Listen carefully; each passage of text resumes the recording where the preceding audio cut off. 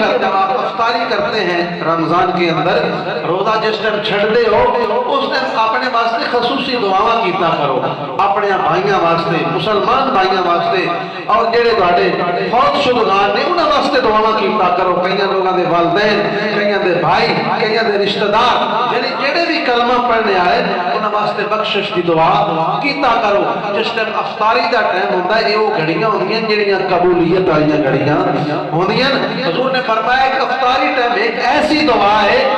کہ جیڑی اللہ تعالیٰ رد نہیں کرتا بلکہ شرف قبول فرماتا ہے۔ اور اس افطاری دے ٹائم سب چاہیے کہ جس ٹائم افطاری اسی کرنے واسطے دسترخوان تے بیٹھیے، اوتھے بیٹھ کے اپنے اللہ دا ذکر کریے، اپنے رب دا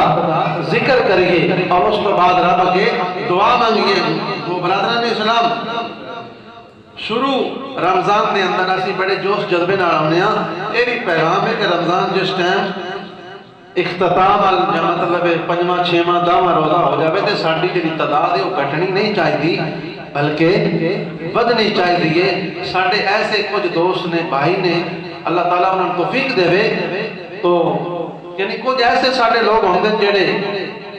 یعنی عیدی تے مسیتی بڑھتے ہیں مسجد کے اندر عیدی تے، کچھ ایسے مسلمان نے جڑے جمعے دے جمعے مسجد دے ہوندے ہیں، کچھ ایندے جڑے کدی نماز پڑھ لے تے کدی نہ پڑھی۔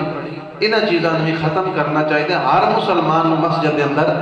آنا چاہیے، رب کا گھر ہے، اتنے سجدہ ریز ہونا چاہیے۔ صرف اپنے ڈھانچے تے انسان غور کر لے کہ رب نے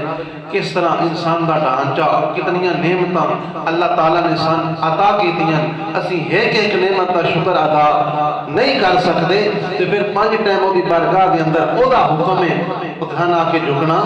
چاہیے۔ تو پھر 2 ہستیاں دے حوالے